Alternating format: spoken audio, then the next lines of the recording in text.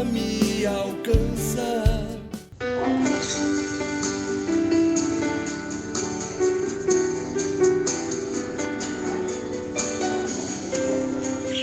Louvado seja o nosso Senhor Jesus Cristo, para sempre seja louvado. Em nome do Pai, do Filho e do Espírito Santo. Amém. Amados irmãos e irmãs, bom dia. Continuando aí nessa reflexão, Onde está Deus? Baseado aí no livro do Padre Reinaldo Cazumbá. Hoje nós vamos refletir sobre essa questão. Senhor, Tu sabes tudo de mim. E nós vamos meditar o Salmo 138. E começando justamente com esse tema tão importante, né? Eu já trago logo de início uma frase do Papa Bento XVI, Papa Emérito Bento XVI.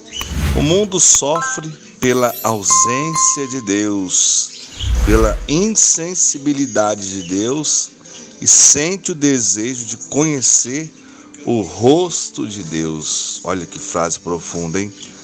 Bento XVI sempre com essa grande riqueza espiritual, né? O mundo sofre pela ausência de Deus. Não é porque Deus ficou ausente, não, que Ele não está no meio de nós, não. Aí ele conclui, pela insensibilidade de Deus e sente o desejo de conhecer o rosto de Deus, né? Então, as pessoas têm o desejo de conhecer o rosto de Deus muitas das vezes, mas são insensíveis a Deus. Então, a ilusão ela está presente em cada um de nós e muitas das vezes somos enganados por nossos sentidos e levados a acreditar que algumas situações ocorrem em nossas vidas por acaso. Nesses momentos devemos abrir os olhos para algo muito maior que a existência das coisas espirituais. Quando nos nutrimos de ilusão, podemos morrer de fome. Mesmo sem perceber, o homem sente a falta de Deus em seu interior. A saudade de algo que por vezes nem mesmo se sabe do que. Começa a surgir juntamente com a sensação de vazio. Falta-lhe algo.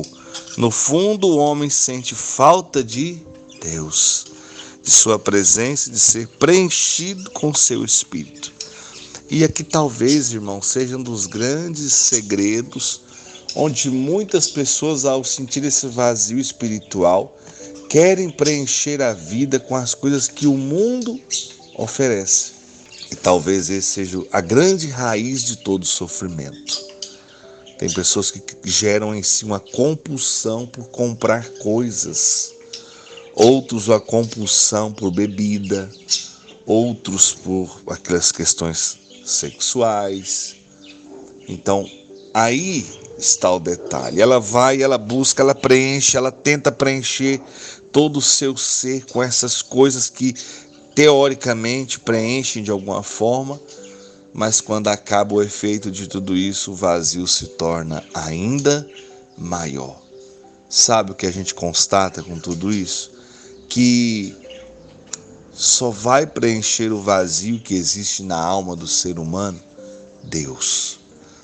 E aqui nessas próximas meditações dessa semana, onde está Deus, né? A gente questionando, não questionando Deus, mas nos questionando, nós vamos aprender alguns caminhos que irão nos modelar e vai nos fazer refletir muito.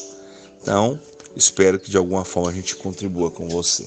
Tem mais uma mensagem, mais uma frase, né, de Bento XVI, que foi dita no dia 9 de setembro de 2007 para os monges da abadia de Hellingeskerls. Acho que é esse nome mesmo, é um nome bem difícil. Mas o que importa é o conteúdo que está aqui dentro.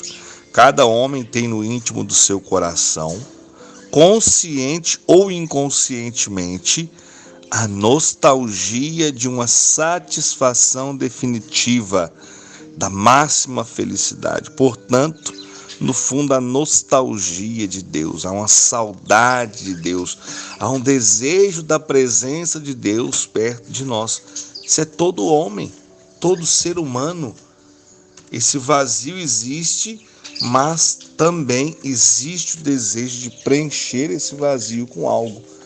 Muitas das vezes o que é triste é porque na nossa liberdade preenchemos com coisas que ao invés de nos fazer bem, vai nos fazer mal. E aí vem todas as consequências das escolhas que são feitas de forma errada. Então, na busca desse algo que lhe falta, o homem se depara com uma realidade que não pode ser vista. Como acreditar em algo que não pode ser visualizado? Como enfrentar situações muitas vezes de sofrimentos, acreditando que elas nos farão crescer em nossa fé? Como assim?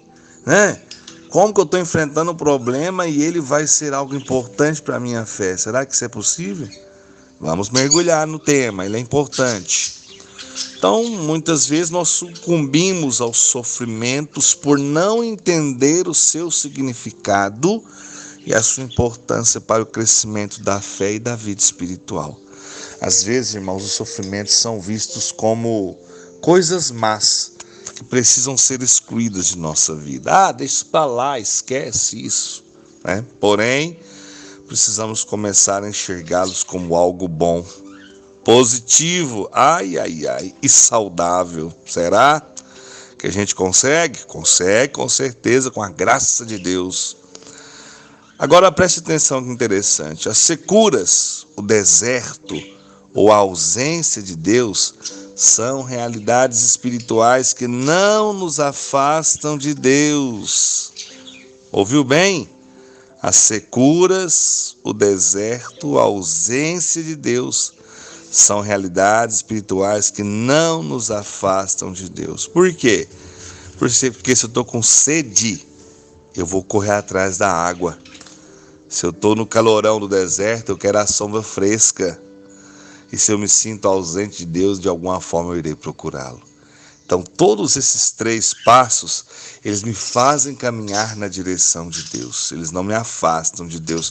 Como muita gente fala, eu estou num deserto espiritual, então aproveita, meu irmão, porque ele vai te fazer correr na direção da fonte de água viva. Agora, sabe o que nos prejudica? A tibieza, que é aquela mornidão espiritual, nem quente nem frio, e o Apocalipse já diz que essa mornidão para Deus é quente ou frio, porque morno ele vomita, Então, não é fácil não, mornidão espiritual não é brinquedo, leva as coisas no mais ou menos, Como é que tá a vida? Mais ou menos. Creio em Deus Pai Todo-Poderoso, não gosto nem de pensar no trem desse, Tibieza, outro, os pecados, esses me afastam da presença de Deus. E os perigos espirituais, que são tantos, que também são sofrimentos para a vida espiritual, acabam estes sim nos distanciando do Pai. Então, repetindo, o deserto espiritual, a ausência de Deus, as realidades espirituais, elas não nos afastam de Deus. Agora, a tibieza, os pecados e os perigos, as ciladas espirituais, aquilo que o mal articula contra nós todo instante, esses sim são um sofrimento e são um risco muito grande para a vida espiritual. Nos próximos dias eu vou estar falando separadamente de cada um deles, porque hoje eu já quero rezar com vocês. Mas vou rezar de que jeito?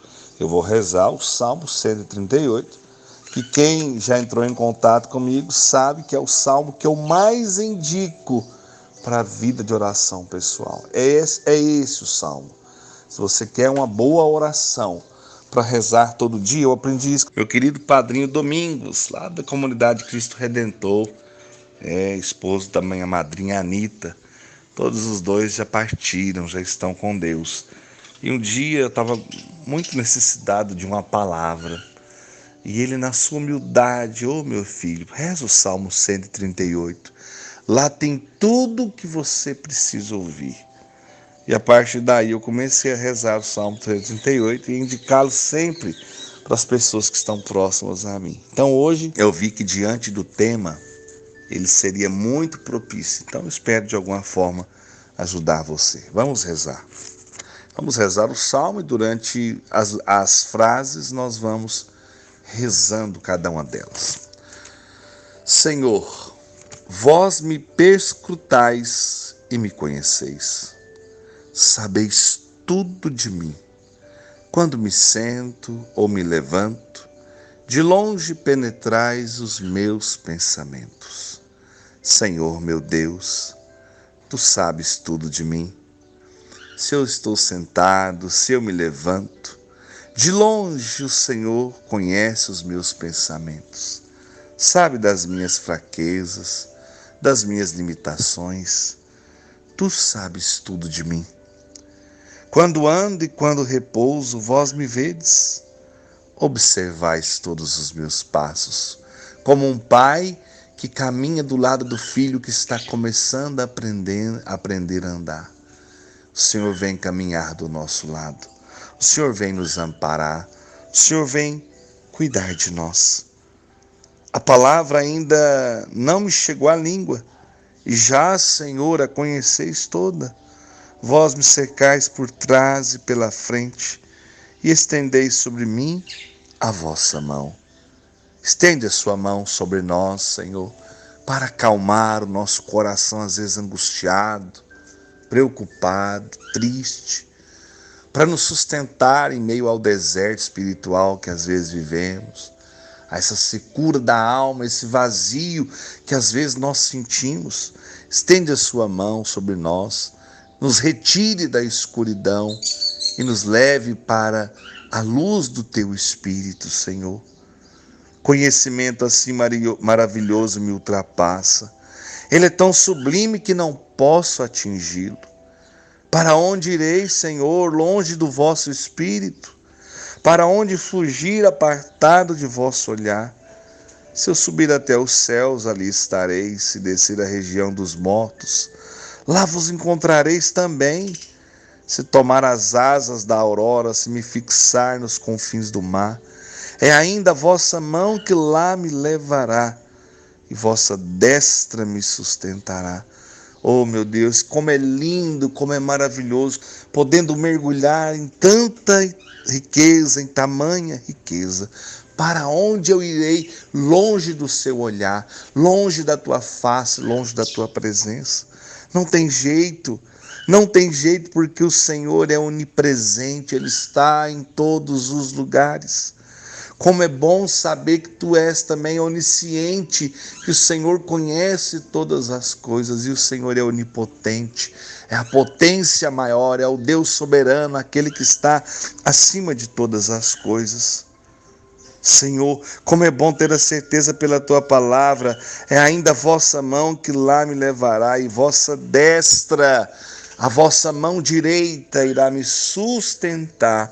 Eu sou sustentado pelas mãos de Deus. Amém.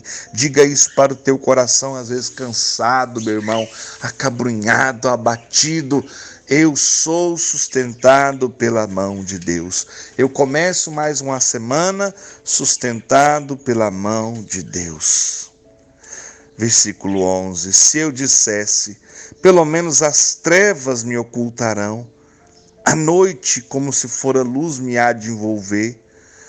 As próprias trevas não são escuras para vós.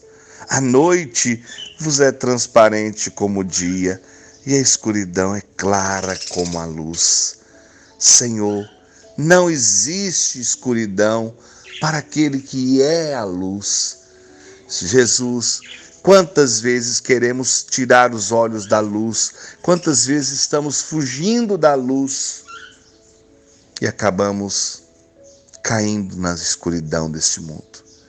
E até pensamos, estamos fugindo de Deus, estamos correndo do seu olhar, estamos fazendo as coisas escondidas, mas na verdade não existe nada escondido aos teus olhos. Pode até ser escondido das pessoas, mas do Senhor nada, nunca conseguiremos esconder. Interessante, Senhor, que o Senhor não nos vê o tempo inteiro para nos julgar, para ficar bravo conosco, não. O Senhor olha para nós o tempo inteiro como um pai que espera o retorno do filho pródigo. O Senhor nos espera que gritemos pelo Senhor o tempo todo, o dia todo, a vida inteira, porque a nossa alma deseja estar em sua presença, mas muitas das vezes a nossa mente não aceita ou não compreende tamanha verdade. Versículo 13. Fostes vós que plasmastes as entranhas do meu corpo, vós me tecestes no seio de minha mãe. Que coisa linda! O Senhor me fez da forma que eu sou, perfeito, a sua imagem e semelhança. Sede bendito por me haverdes feito de modo tão maravilhoso, pelas vossas obras tão extraordinárias. Conhecereis até o fundo a minha alma. Tu conheces por inteiro a minha alma, porque eu fui feito pelas tuas próprias mãos. Não adianta eu querer me esconder de sua presença. O Senhor me fez de modo admirável, perfeito, grandioso. Sou a obra-prima de vossas mãos. Nada de minha substância vos é oculto. Quando fui formado ocultamente, quando fui tecido nas entranhas subterrâneas, cada uma de minhas ações vossos olhos viram, e todas elas foram escritas em vosso livro. Cada dia de minha vida foi prefixado desde antes que um só deles existisse.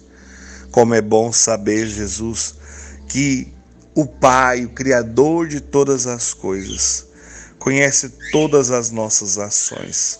João, mas isso me levaria a ficar com vergonha também, porque Deus conhece todas as minhas ações positivas, negativas, todas as minhas ações de acordo com a sua vontade, todas as minhas ações contrárias à sua vontade.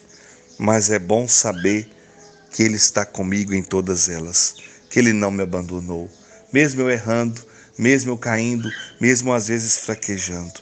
Deus não tirou de mim o seu olhar. Obrigado, Senhor, por olhar para mim com esse cuidado, com esse zelo, com esse carinho tão grandioso. Bendito seja Deus. Ó Deus, como são insondáveis para mim vossos desígnios e quão imenso é o número deles. Como contá-los? São mais numerosos que a areia do mar. Se pudesse chegar ao fim, serei ainda com vossa ajuda. Oxalá quer dizer quem me dera. Extermineis os ímpios, ó Deus, e que se apartem de mim os sanguinários.